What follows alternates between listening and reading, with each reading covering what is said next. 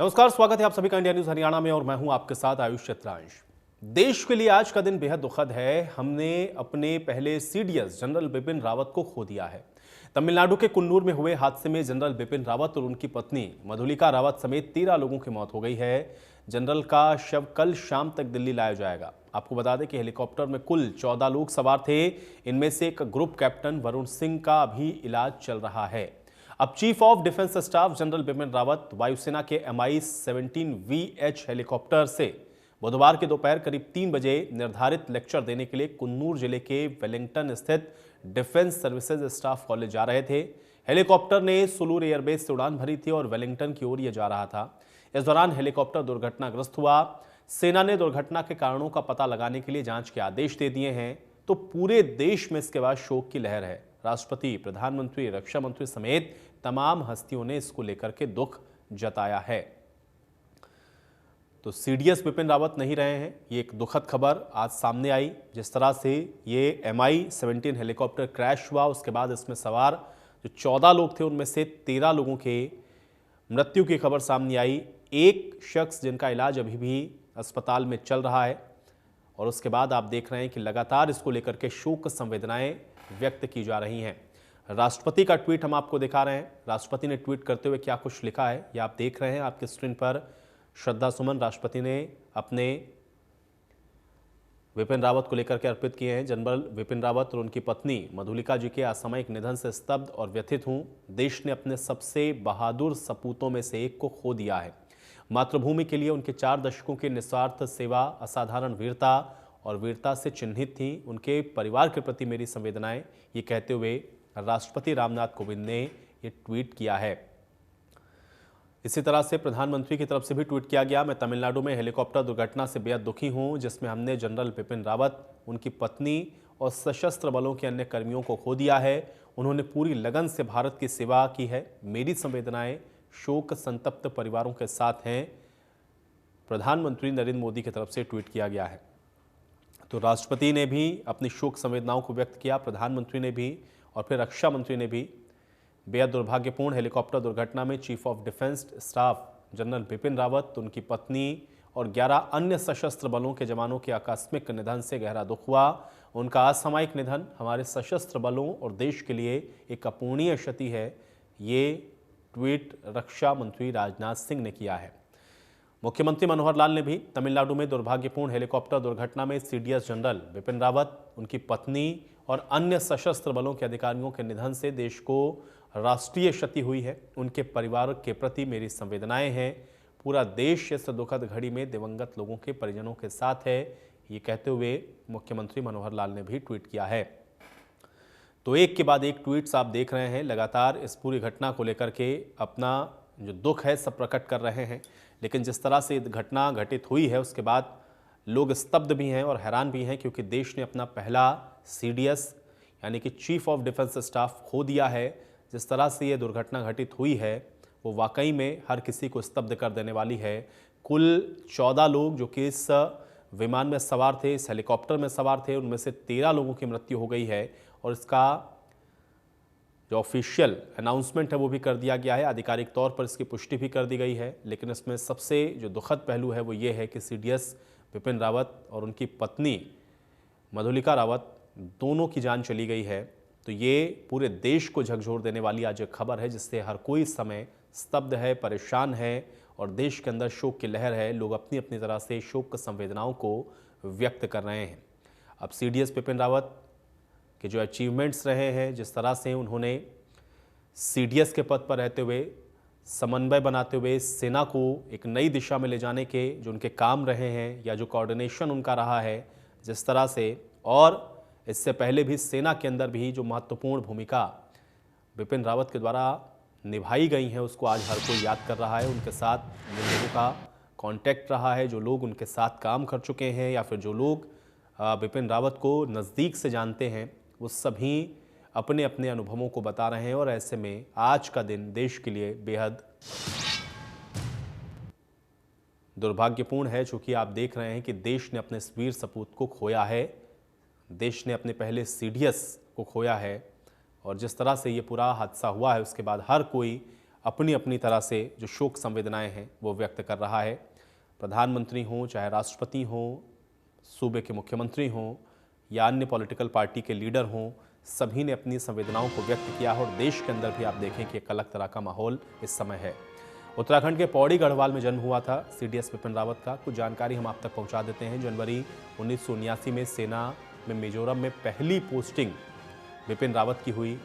नेफा इलाके में तैनाती के दौरान बटालियन की अगुवाई विपिन रावत के द्वारा की गई और फिर कांगो में संयुक्त राष्ट्र की पीस कीपिंग फोर्स की भी अगुवाई विपिन रावत के द्वारा की गई और ये सब उनके अचीवमेंट्स हैं। 31 दिसंबर 2016 को सेना प्रमुख का पद विपिन रावत के द्वारा संभाला गया और आज दुखद हादसा, दुर्भाग्यपूर्ण घटना जिसमें सीडीएस विपिन रावत और उनकी पत्नी समेत कुल 13 लोग की मृत्यु हो गई है और इसमें जितने लोग सवार थे सभी की मौत की जानकारी है। एक सेना का इसमें अधिकारी बताया जा रहा है जिनकी स्थिति अभी भी हालांकि चिंताजनक है, अस्पताल में इलाज चल रहा है, लेकिन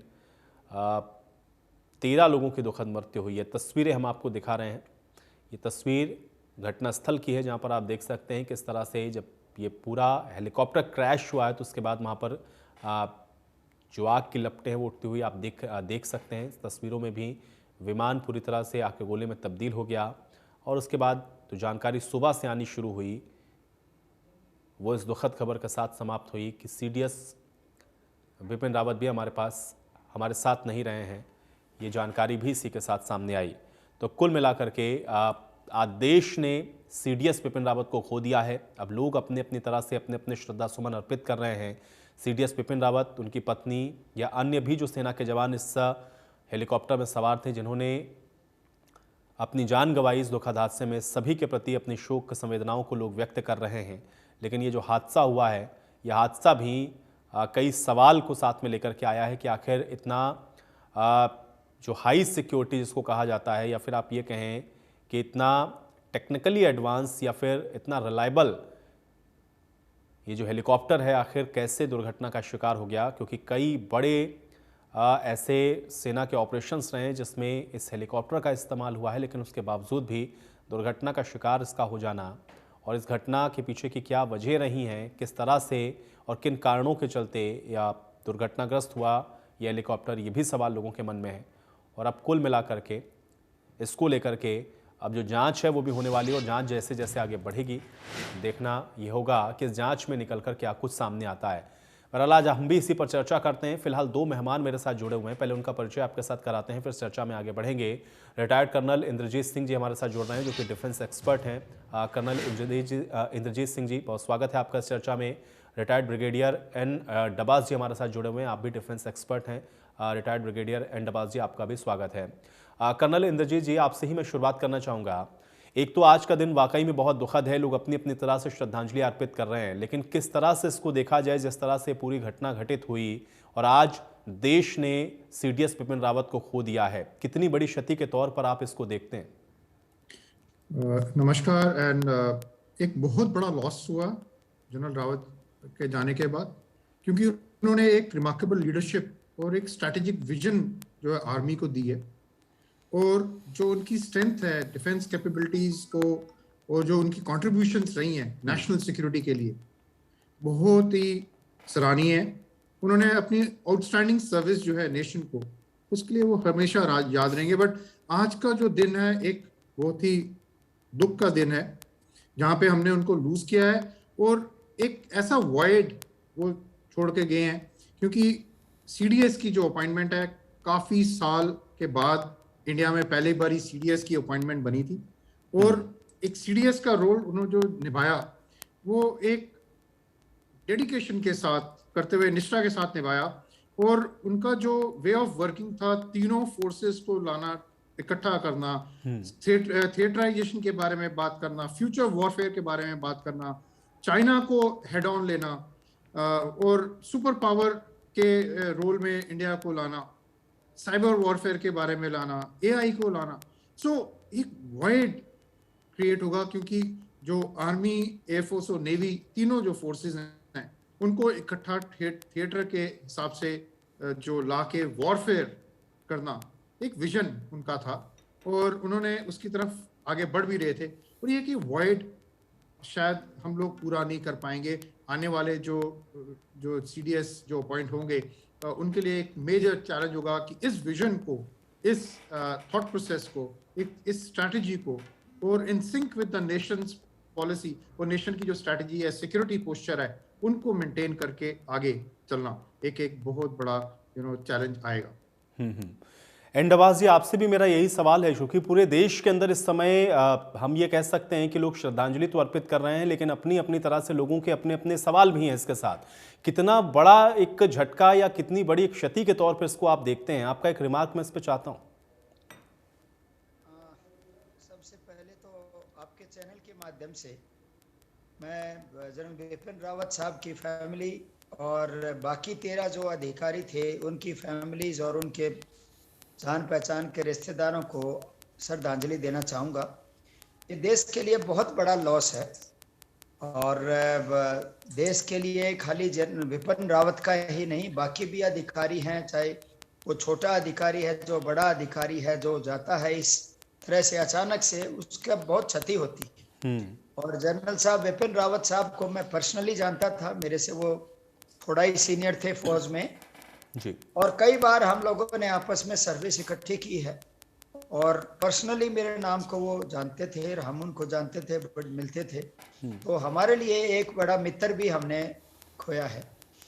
और अगर दूसरी साइड में अगर आप देखें तो मार्गदर्शन की बात है तो वो चीफ ऑफ आर्मी स्टाफ रहे तकरीबन 3 साल, उन्होंने वहाँ पे काफ़ी काम किए। उसके बाद हिस्टोरिकल है कि वो पहले चीफ ऑफ डिफेंस स्टाफ हैं और काफ़ी इफेक्टिव थे पिछले जो भी समय से वो रहे हैं और काफ़ी चीज़ें उन्होंने शुरू की थी, अभी उनकी की हुई चीज़ें आगे ले जानी है और ये देश के लिए, गवर्नमेंट के लिए, पूरी आर्मी के लिए एक बड़ा लॉस तो है।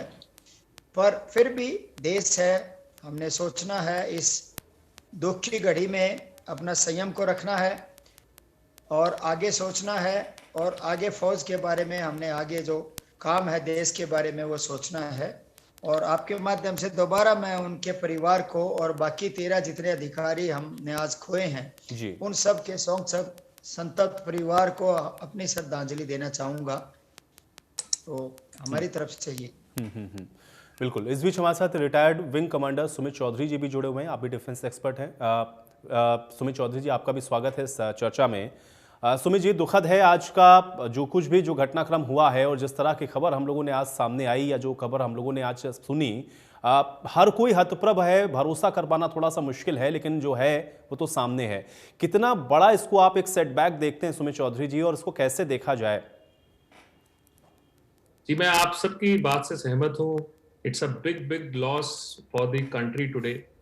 जनरल रावत साहब अपने पीछे एक बहुत बड़ी लेगेसी छोड़ के गए हैं and in the recent past जो एक नया रुख, एक नया चेहरा देखा गया इंडियन मिलिट्री का, वो चाहे बालाकोट एयर स्ट्राइक हो, चाहे वो म्यांमार की स्ट्राइक हो, चाहे वो सर्जिकल स्ट्राइक्स हो, चाहे वो चाइना के साथ हमारा डोकलाम में स्टैंड ऑफ हो, इन सब के पीछे there was one man who was standing tall and that was the vision and strength of General Bipin Rawat.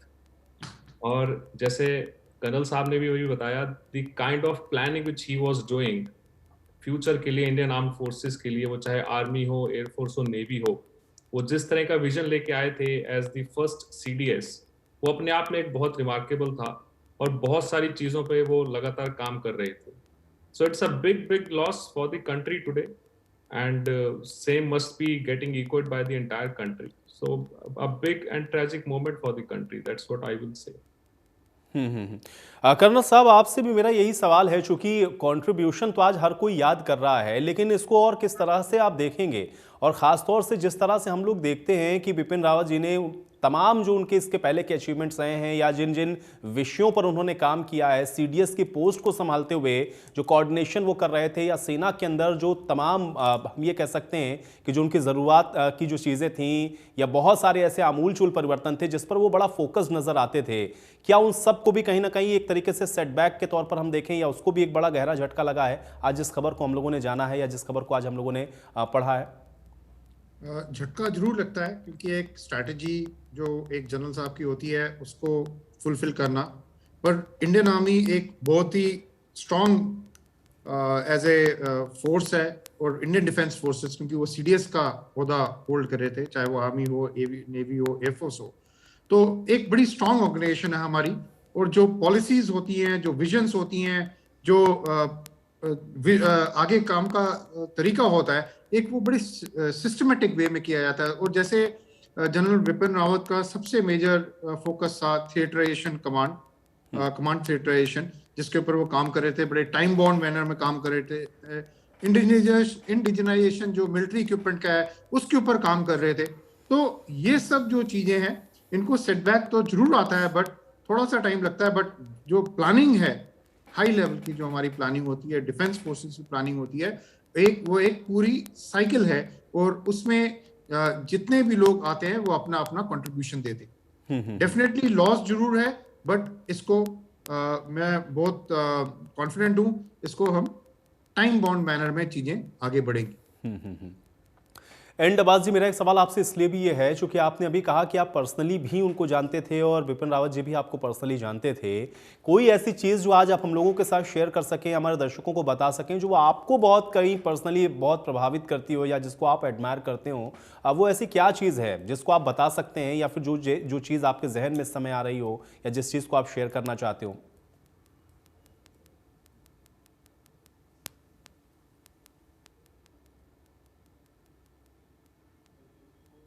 Possible नहीं था। वो बोलते थे, हमेशा स्माइल देते थे, वो कहते थे कोई भी चीज है, yes I will do it.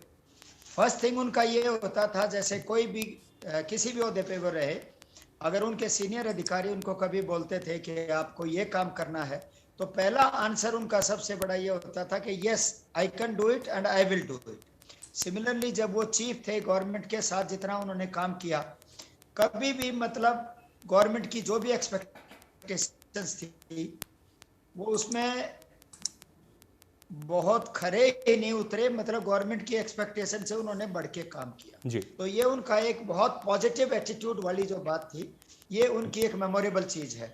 और जब भी मिलते थे, मुझसे बात करते थे, तो hello Dabas, how are you keeping, I said all fine sir. So this type of, he was always smiling, wonderful human being and great military commander, I would से।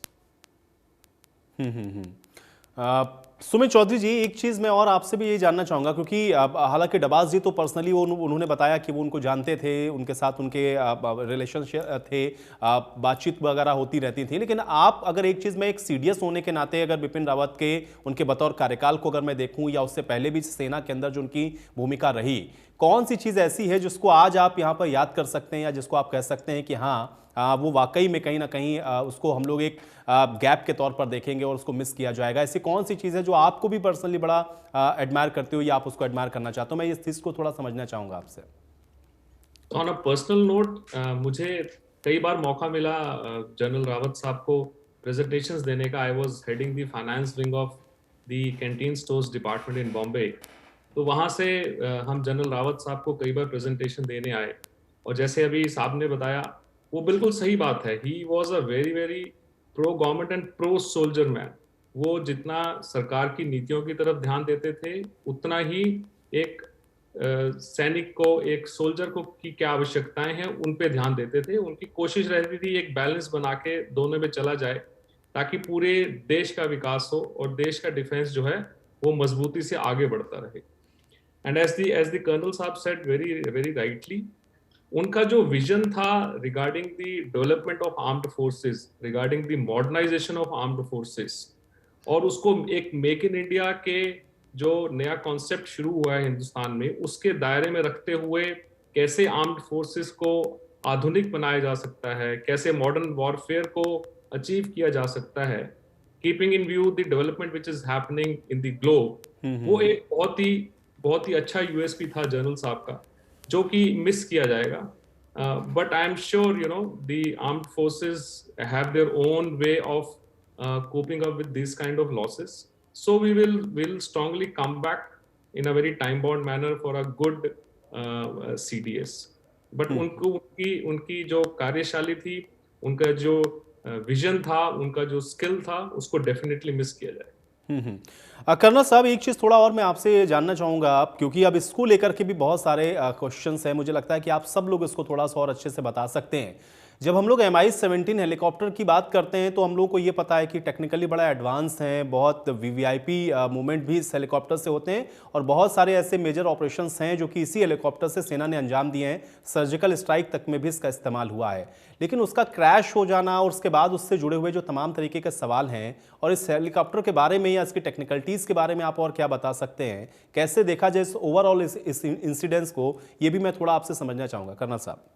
हाँ जी, वैसे तो ये एयर क्रैश एक इंजन फेलियर के हिसाब से नज़र आता है, क्योंकि कोई भी मशीन चाहे कितनी भी हम उसको चेक करें, इंजन एक इंजन है, लास्ट मिनट पे फेलियर हो सकते हैं। और जो इसमें चेक्स एंड बैलेंसेस हैं, फ्लाइट सेफ्टी है before take off, I am very sure कि जो ग्राउंड स्टाफ है, ग्राउंड इंजीनियर्स हैं, फ्लाइट इंजीनियर्स हैं, पायलट्स हैं, उन्होंने पूरी तरह से देखा होगा। और ये एयरक्राफ्ट वैसे भी वीआईपी एयरक्राफ्ट है जहाँ पे प्रॉपर्ली इसको मेंटेन किया जाता है। और MI-17 जो है बेसिकली ये ट्विन टर्बाइन ट्रांसपोर्ट हेलीकॉप्टर है, और इसका जो इस्तेमाल है over the period of time, कितनी सारी आर्मीज और डिफरेंट नेशंस इसको इस्तेमाल करते हैं, और इनका जो फेलियर रेट होता है बहुत कम है। तभी इसको आज भी हम इंडियन डिफेंस फोर्सेस में इनको इस्तेमाल करते हैं। और इसमें यह है कि क्रैशेस बहुत कम है, पर जैसे अगर कोई भी इंजन है फ्लाई करता हुआ फेल कर गया तो एक वो फेलियर है। और जो कोर्ट ऑफ इंक्वायरी जो ऑर्डर हुई है उसमें डेफिनेटली ये चीज़ें सारी सामने आएंगी कि कैसे हुआ था, क्या रीज़न था इसके पीछे, क्या इसकी मेंटेनेंस कब हुई थी एयरक्राफ्ट की, इंजन्स कब ओवरऑल हुए थे, कब ये जो एयरक्राफ्ट है मेंटेन हुआ था। तो वो सारी जो चीज़ें हैं, वो सब चीज़ें कोर्ट ऑफ इंक्वायरी में एक सिस्टमैटिक वे में उसको किया जाएगा। और जो चीज़ सामने आई है, that is most probably there is a engine failure which would have taken place. And Abbas ji, आपसे भी मेरा यही सवाल है, किस तरीके से ओवरऑल इस पूरे इंसिडेंट्स को आप देख रहे हैं, और खासतौर से MI-17 को लेकर के या फिर ये जो दुर्घटना घटित हुई इसको लेकर के जो अब तमाम बातें हो रही हैं, इसको आप कैसे देखेंगे? क्या अभी जांच रिपोर्ट का या इन सारी चीज़ों का इंतजार करना चाहिए?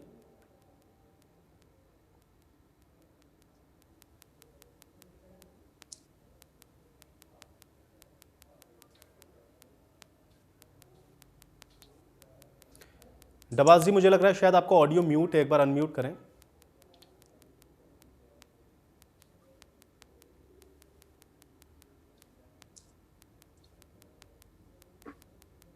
hear me now? जी जी जी। ओके, अगर आप एक्सीडेंट के कॉजेज के बारे में बात करेंगे तो इस समय मैं एक्सीडेंट कॉजेज के बारे में कुछ नहीं बताना चाहूंगा, और ना ही इसमें इतना आसान है कि पता करना कि इस स्टेज में इंजन फेल हुआ है, क्या हुआ। इसके रीजन या तो कोई क्लोज विटनेस हो जिसने एयरक्राफ्ट को गिरते हुए देखा हो, उससे थोड़ा बहुत क्लू मिलेगा। दूसरा, इसका इन्वेस्टिगेशन के दौरान पता चलेगा कॉकपिट वॉइस रिकॉर्डर से या ब्लैक बॉक्स जिसको आप कहेंगे, उससे पता चलेगा कि इसमें लास्ट टाइम में पायलट की क्या कन्वर्सेशन हुई। पायलट ने, जैसे हमारे इमरजेंसी में होता है फ्लाइंग में जी, अगर कोई मेजर इमरजेंसी, जैसे कर्नल साहब कह रहे थे इंजन फेलियर है, तो मेडे कॉल का एक प्रोसीजर होता है। Mayday call pilot would have given, उससे पता चलेगा कि इंजन फेलियर है तो पायलट का would have gone. Mayday call comes only in great distress like engine failure, tail rotor failure, things like that, तो उसके बारे में तब पता चल सकता है। दूसरा, अगर कोई क्लोज विटनेस हो जिसने हेलीकॉप्टर को नीचे गिरते हुए देखा हो तो वो बता सकते हैं किस हालत में था। इस टाइम पे हमारे लिए ये बताना कि क्या रीजन था एक्सीडेंट का शायद मुश्किल होगा, और मैं समझता हूं, मेरा पर्सनल ओपिनियन है, ये प्रीमेच्योर होगा। दूसरा पॉइंट है एक्सीडेंट का। हम लोग जब भी कोई भी सेना में अधिकारी, चाहे वो अफसर है चाहे जवान है, जिस दिन हमने ओजी या एयरफोर्स ने ब्लू और नेवी ने व्हाइट पहन लिया, उस दिन हम कफन सिर पे बांध के चलते हैं। तो उसका तो हमें पता होता है कब क्या होगा, कुछ नहीं पता, तो उसके बारे में हम लोग परवाह नहीं करते। लेकिन ये बड़ी दुखद घटना है कि तीनों सर्विसेज का जो चीफ था, और वो भी पहला चीफ था, हिस्टोरिकल मोमेंट था, वो ऑर्गेनाइजेशन को सेट कर रहे थे, नई पॉलिसीज बना रहे थे, गवर्नमेंट के साथ कंधे से कंधा मिला के देश को आगे कैसे बढ़ाना है, तीनों सेनाओं का विकास कैसे करना है, उस बारे में सब बातें चल रही थी। तो जैसे आपने कहा कि इसमें क्षति जरूर होगी, थोड़ा स्लो गैप हो सकता है, लेकिन तीनों के तीनों ऑर्गेनाइजेशन अगर आपकी बात करें, मैंने एयरफोर्स के साथ भी 8 साल सर्विस की है जी। तो बहुत ही सुधे हुए ऑर्गेनाइजेशन है, बड़ी सेट ड्रिल है तीनों सर्विसेज की, और जो भी प्रोसीजर होती है, पॉलिसीज होती है, कैरी फॉरवर्ड होती है, और वो पॉलिसीज गवर्नमेंट के साथ मिलकर आगे चलती है। हो सकता है थोड़ा समय लग जाए उसको, जी। लेकिन वो चीजें आगे जरूर बढ़ेंगी। देश के बारे में सेना को और मजबूत करने की कार्रवाई कंटिन्यू रहती रहेगी, वो जरूर है। तीसरा पॉइंट है कि एक्सीडेंट, मी-17 एक्सीडेंट किसी भी एयरक्राफ्ट में हो सकता है। मैं यहाँ पे आपको एक उदाहरण देना चाहता हूँ। जी जी मैं नया एयरक्राफ्ट फेरी कर रहा था, छोटा एयरक्राफ्ट था, चीता सेचन ग्लेशियर के लिए। जी। ब्रांड न्यू एयरक्राफ्ट मैंने लिया था। तो जैसे ही मैं उधमपुर से टेक ऑफ किया, 1 घंटे के बाद मेरे गवर्नर में माल फंक्शन हुआ था। ब्रांड न्यू एयरक्राफ्ट 4 घंटे फ्लाई किया हुआ था, और मैं उस एयरक्राफ्ट को बड़ी सूझबूझ से, बिकॉज कश्मीर में इंसर्जेंसी थी, कहीं फोर्स लैंड नहीं कर सकता था, मैं अमरनाथ केव के ऊपर से जाके मैं लेह में जाके लैंड हुआ। उसके बाद वो एयरक्राफ्ट कभी दोबारा स्टार्ट नहीं हुआ। तो मेरे साथ भी हो सकता था उस दिन। तो ये इमरजेंसी मैकेनिकल, इसमें इमरजेंसी मैकेनिकल फेलियर है क्या, कोई टेक्निकल प्रॉब्लम है क्या, कोई वेदर की प्रॉब्लम है क्या, कोई ह्यूमन एरर है, इस स्टेज पे हम इसके बारे में कहना बहुत मुश्किल है, और ना ही हमें इसके बारे में कमेंट करना चाहिए। जब तक एक्चुअल इन्वेस्टिगेशन पूरा नहीं हो जाता, फैक्ट्स पूरे सामने नहीं आ जाते, जब तक हमारे लिए इसके बारे में कहना मुश्किल है। हेलीकॉप्टर अनस्टेबल मशीन होती है, एयरक्राफ्ट का डिफरेंट होता है मेथड, इनका डिफरेंट होता है, प्लस जंगल का इलाका है, उसमें कोई फोर्स लैंडिंग फील्ड भी नहीं मिलते हैं। तो ये सब चीजें हेलीकॉप्टर फ्लाइंग में, ये risks are many time more than the normal fixed wing flying. बिल्कुल, बहुत बहुत अच्छी तरीके से आपने इसको एक्सप्लेन किया है। सुमित जी, आपसे भी मेरा यही सवाल है, Mi-17 के बारे में या उसको लेकर के अभी जो इस तरह की चर्चा है या फिर जो भी इस समय बातचीत हो रही है, इसके बारे में क्या बता सकते हैं? देखिए, Mi-17 जो है वो एक बहुत ही स्टर्डी एयरक्राफ्ट है। इसके फेलियर होने के चांसेस बहुत ही कम होते हैं, इसलिए इसका बहुत ज़्यादा इस्तेमाल किया जाता है वीवीआईपी मूवमेंट्स के लिए या काउंटर इंसर्जेंसी ऑपरेशंस के लिए या किसी भी तरह ऑपरेशंस के लिए। ये एक बहुत ही टाइम टेस्टेड मशीन है जो भारतीय वायुसेना के पास है। बट भारतीय वायुसेना ने already court of inquiry order कर दी है, जिसमें which is a fact finding body, जिसमें सारे तथ्य खुल के सामने आएंगे कि क्या वजह रही होगी जिसकी वजह से ऐसा क्रैश हुआ।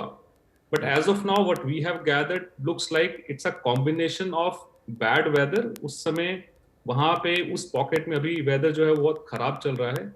सो looks like it's a combination of bad weather and some technical error which must have happened on this machine.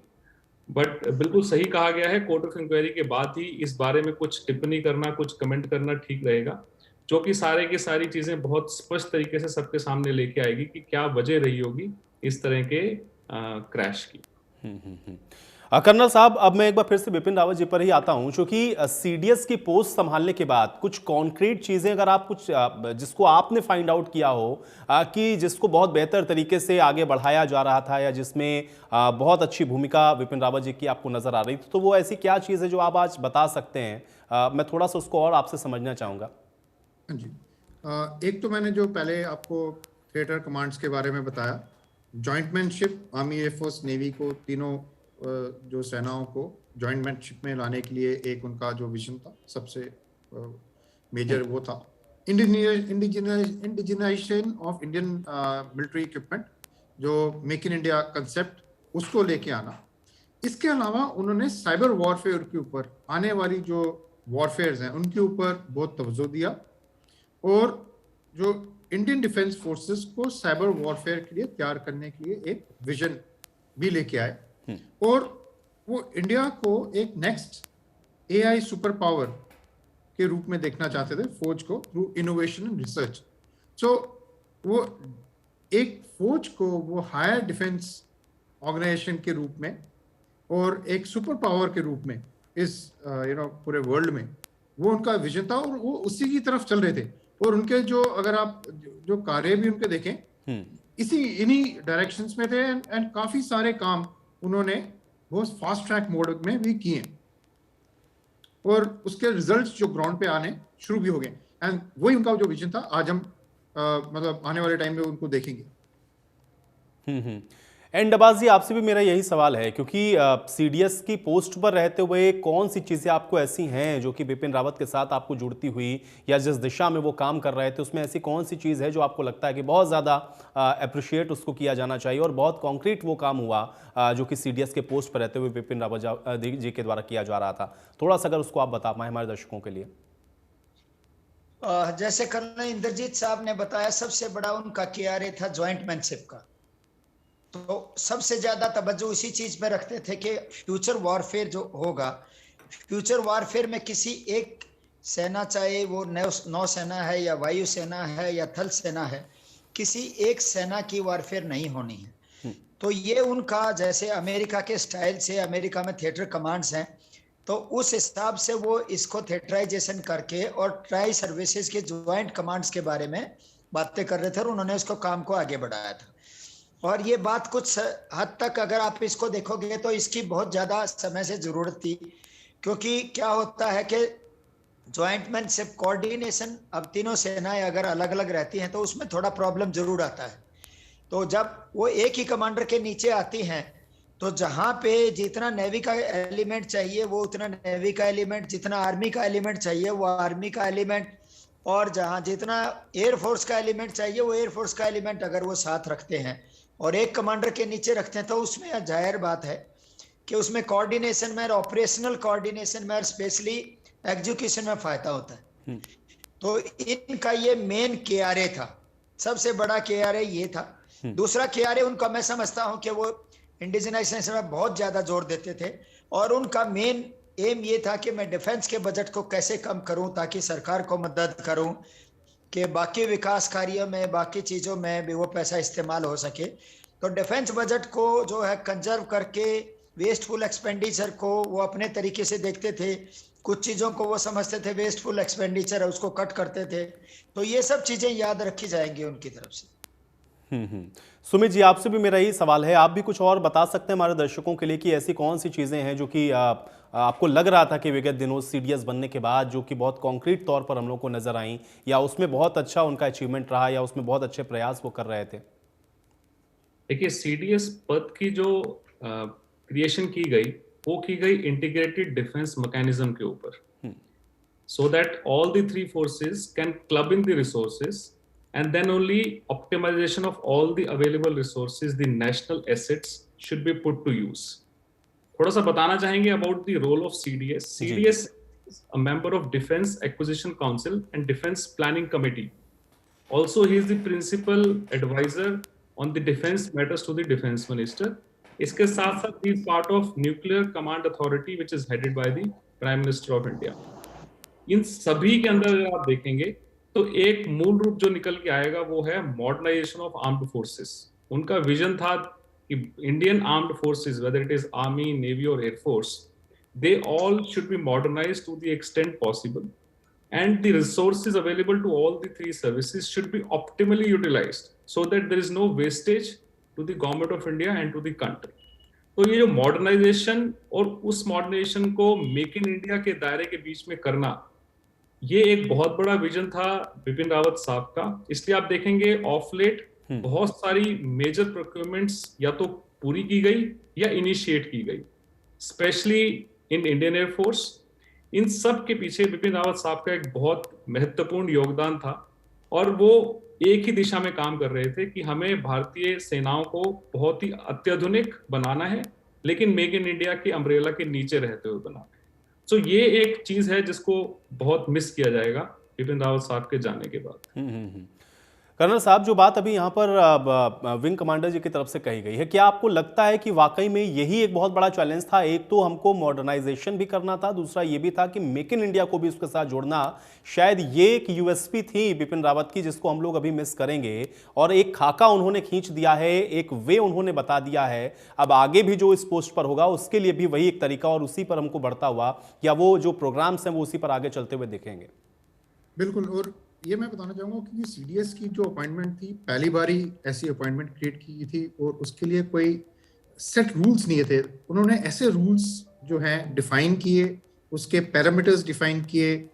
और जो एक स्मिथ जी ने बताया, जैसे इंटीग्रेटेड सर्विस हेडक्वार्टर, उसको एक क्रिएट करना विद डिफेंस मिनिस्ट्री के साथ, और जो सिविल मिलिट्री डिवाइड है उसको कम करना, एक सबसे बड़ा उनका जो सीडीएस के ओहदे में उन्होंने जो कार्य भी किया। और ट्रूली वो वैसे ही काम कर रहे थे। और जो एक गैप आर्मी एयरफोर्स नेवी और पॉलिटिकल जो आर्किटेक्चर होता है उसमें एक गैप था, उसको उन्होंने ब्रिज कर रहे थे और बहुत अच्छे से ब्रिज कर रहे थे। तो डॉक्ट्रिनल चेंजेस वो ला रहे थे, प्लानिंग जो है, फ्यूचर प्लानिंग, जो प्रोक्योरमेंट्स हैं उनको एक सिस्टमैटिक वे में, पेज एंड पर्क्स को एक सिस्टमैटिक वे में, बजट्स को स्ट्रीमलाइन करना, लॉन्ग टर्म प्लानिंग को स्ट्रीमलाइन करना। तो इन्होंने एक तो काफी सारी जो चीजें हैं, एक फर्स्ट सीडीएस होने के नाते एक बड़े बहुत शॉर्ट टाइम में उन्होंने ये पूरा करने की कोशिश की है। And it is very commendable what he has done for the country. And एक स्ट्रेटेजिक लेवल पे एक न्यूक्लियर पावर कंट्री के रूप में, साइबर पावर के रूप में, एआई पावर के रूप में उनका कार्य करने का विजन था और उन्होंने पूरा वो निभाया। बिल्कुल। कर्नल साहब, आपके इसी रिमार्क्स के साथ आज ये चर्चा मैं यहीं समाप्त करूंगा। आप तीनों का बहुत शुक्रिया, आप लोगों ने समय निकाला, आज इस चर्चा का हिस्सा आप लोग बने। हालांकि दुखद है, लेकिन फिर भी पूरे देश को सीडीएस बिपिन रावत पे गर्व है। एक छोटा सा ब्रेक, फौरन वापस आते हैं।